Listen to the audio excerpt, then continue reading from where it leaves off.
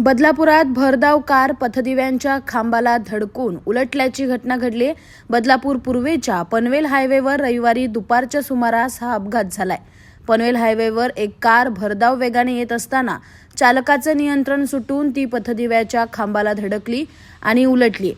या अपघातानंतर स्थानिकांनी बचावासाठी धाव घेतली असता चालक हा मद्यधुंद अवस्थेत असल्याचं त्यांच्या लक्षात आलंय। तसंच गाडीत चायनीज खाद्यपदार्थ सांडलेले असल्याचंही त्यांच्या निदर्शनास आलं।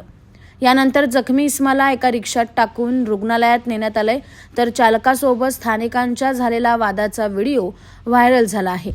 अपघात झालेल्या गाडीवर पोलीस लिहिलेली पाटी असल्याचंही या व्हिडिओतून समोर आलं आहे।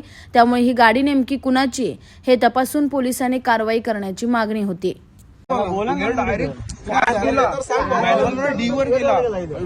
गाडी गेली ना पुढे माझी फाटली, मी डायरेक्ट ब्रेक आणि खेचून गाडी पलटी।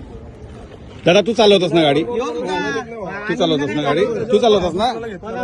अरे तुझ्या गाडीमध्ये बिअरच्या बाटल्या पडल्या आहेत, त्यानंतर गाडीमध्ये हे पडलंय, तुझ्या गाडीमध्ये पोलीस पडले, तू जाताना फुल स्पीड नाही गेला, गाडीचा फुल स्पीड नाही गेला।